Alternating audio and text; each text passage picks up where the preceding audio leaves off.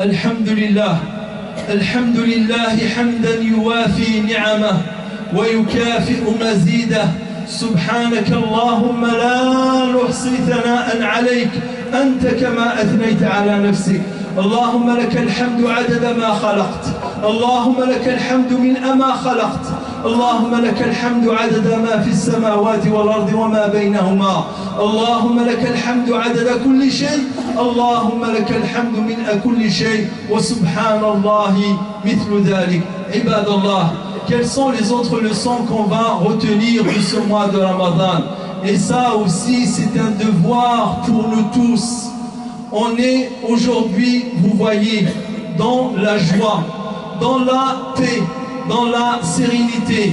Mais d'autres frères à nous, d'autres sœurs à nous, ici et là, pas plus loin que le Moyen-Orient, sans aller jusqu'en Centrafrique, sans aller jusqu'en Birmanie, qui souffrent. Et cette souffrance ne doit pas nous laisser dans l'indifférence. Cette souffrance ne doit pas nous laisser dans l'indifférence. Écoutez bien cette histoire de deux parmi les pieux prédécesseurs. Un qui était quelqu'un qui pleurait tout le temps dans ses dévotions, qui pleurait tout le temps dans ses adorations, et qui était un pieux et sage connu. Il est décédé. Et un autre connu aussi, il était décédé. Un pieux les a vus dans le rêve. Il lui a dit: oh un tel, qu'est-ce qu'Allah a fait de toi? Il a dit: Allah m'a accordé une félicité. Allah m'a accordé une grande récompense. Il m'a donné un palais. Et il a mis devant mon palais le palais d'un tel. L'autre, il lui a dit: comment se fait-il? L'autre, il était beaucoup moins assidu, beaucoup moins persévérant, beaucoup moins zélé dans l'adoration que toi. Comment il a eu la place à côté de toi alors que tu étais meilleur que lui dans la dévotion? Il a dit: certes, mais lui, dans ses adorations, lui, quand il était en état d'adoration, il demandait toujours à Allah de pardonner aux croyants et aux croyantes. Il disait: Allahumma ighfir lil muslimina wal muslimat wal mu'minina wal mu'minat. Ainsi, Allah lui a accordé une récompense, Allah lui a accordé une faveur pour chaque musulman et musulmane et chaque croyant et croyante.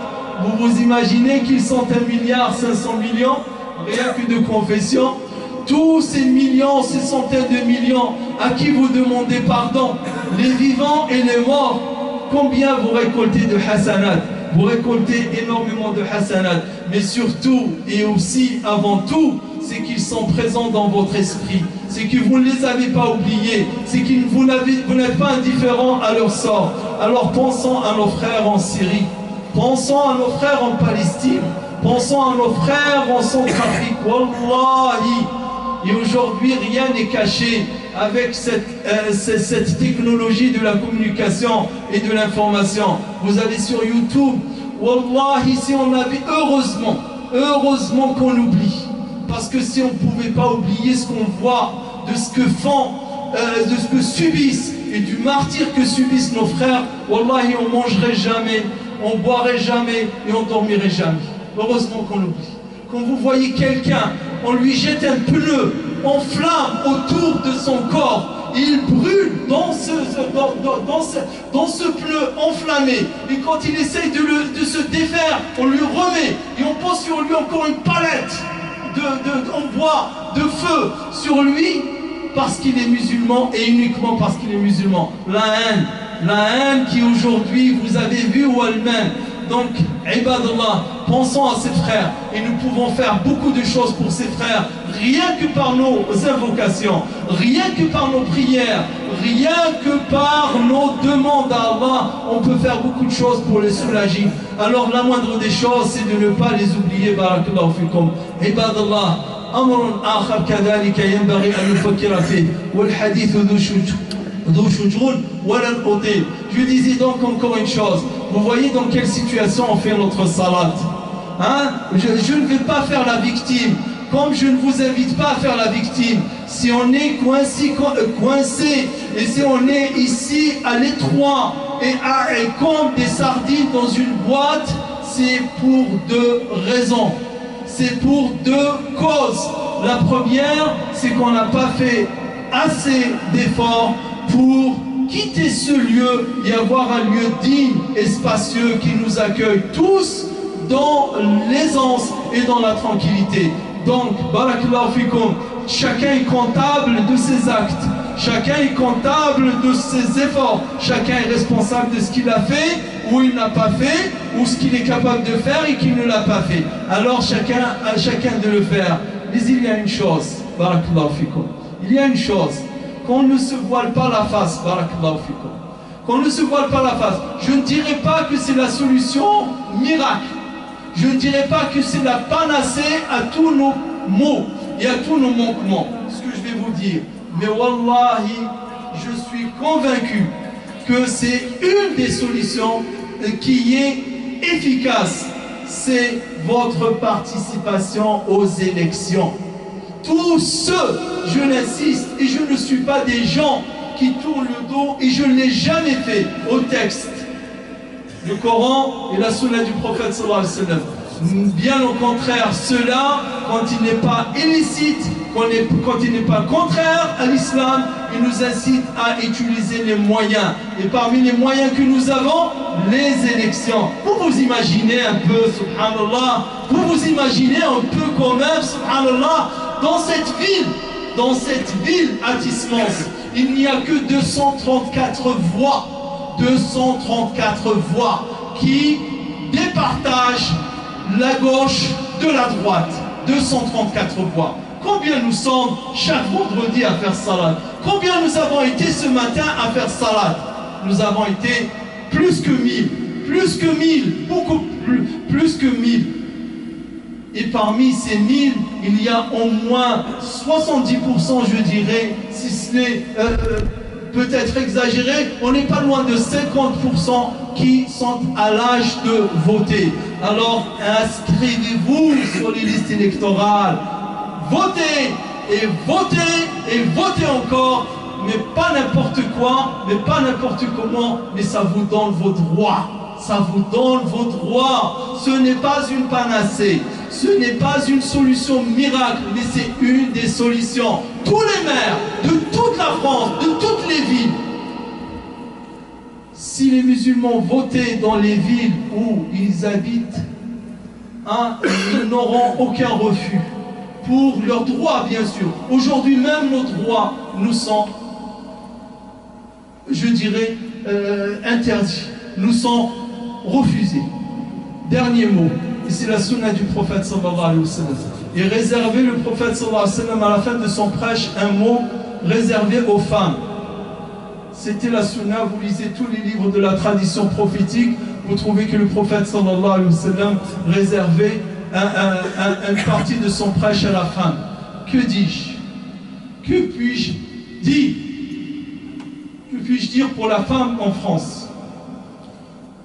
Je peux dire une chose, et je vais essayer de me contrôler parce que quand je parle de ce sujet, je suis triste. Quand je parle de ce sujet, je suis meurtri. Quand je parle de ce sujet de la femme en France, la femme musulmane en France, je suis mal. Je suis mal. Subhanallah. Vous vous imaginez, éteignez votre téléphone. Vous imaginez un petit parti politique minuscule, ça fait 60 ans, qu'il ne pèse rien sur l'échiquier politique. Sans le nommer, c'est le PRG, par exemple, parti des radicaux de gauche. C'est un parti infime qui ne pèse rien. Nous, ici, on constitue un parti, ce que je ne veux pas, ce que je ne ferai jamais. Ici, on va dépasser en nombre d'adhérents et en nombre de militants. Il ose proposer d'interdire le voile à l'université pour ceux qui font les grandes écoles de commerce, pour celles qui font les grandes écoles d'ingénierat, pour celles qui font les écoles de médecine. Pourquoi? Pourquoi le fait-il? Pourquoi il ose? Premièrement, pour nous narguer, pour nous provoquer, pour nous toucher dans notre amour propre et pour peut-être, si on avait de la conscience, nous réveiller. Que ce parti, on peut l'effacer électoralement, l'effacer, place, le faire disparaître, delete. Hein, comme dans votre ordinateur, vous faites delete, hein, et vous mettez ça dans la corbeille. Fa'ibadallah, je parle très très sérieusement. La femme, aujourd'hui, elle a un grand rôle. Et elle fait beaucoup de choses dans les associations. Les femmes, elles sont présentes, c'est les piliers des associations. Certaines associations, c'est sur les femmes, c'est sur les épaules des femmes qu'elles sont portées. Enfin, félicitations pour ce que vous faites pour la communauté. Félicitations pour ce que vous faites pour les associations. Félicitations pour ce que vous faites pour vos enfants et continuez à le faire. Et qu'Allah Ta'ala vous récompense. Soyez dignes, ne soyez pas complexés. Vous êtes la plus digne, même si des hommes politiques, même si vous n'êtes pas assez ou suffisamment défendus par les représentants de l'islam, mais Allah vous défend et vous vous défendez vous-même très bien. Et Allah Ta'ala, vous êtes un honneur. Elles sont un honneur pour l'islam, elles sont un honneur pour le Coran, elles sont un honneur pour la sunna du prophète sallallahu alayhi wa sallam, et qu'Allah vous protège. Vous savez combien de femmes ont été agressées à cause de leur voile, hein, et combien de femmes, il y a eu même mort de bébés à cause du voile de la femme. Et ce voile-là, ça doit être quelque chose que nous défendrons parce qu'il fait partie de l'islam, il fait partie de la liberté de la femme. As'alullah ta'ala, ibadallah, fi هذا اليوم اللهم لك الحمد يا الله. اللهم إنا نسألك بأسمائك الحسنى وصفاتك العلى. اللهم إنا نسألك يا كريم. اللهم إنا نسألك يا حنان. اللهم إنا نسألك يا منان. اللهم إنا نسألك يا واسع العطاء أن تتقبل منا أعمالنا. اللهم تقبل منا الصيام وتقبل منا القيام. اللهم تقبل أعمالنا الصالحات. اللهم اجمع على الخير قلوب المسلمين. اللهم ألف على الخير قلوب المسلمين. اللهم اجمع كلمتهم ووحد ذات بينهم وألفهم على الطاعة وعلى كتابك وسنة نبيك. اللهم اغفر للمسلمين والمسلمات والمؤمنين والمؤمنات الأحياء منهم والأموات.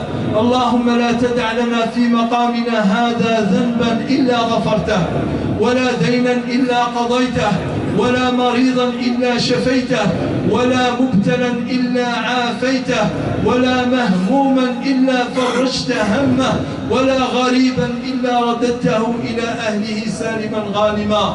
اللهم اشف مرضى المسلمين.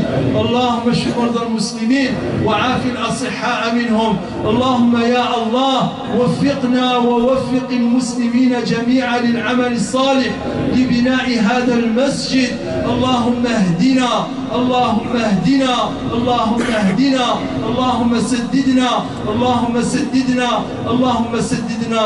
اللهم إنا عبيدك بنو عبيدك بنو إيمائك نواصينا بيدك ماض فينا حكمك عدل فينا قضاؤك.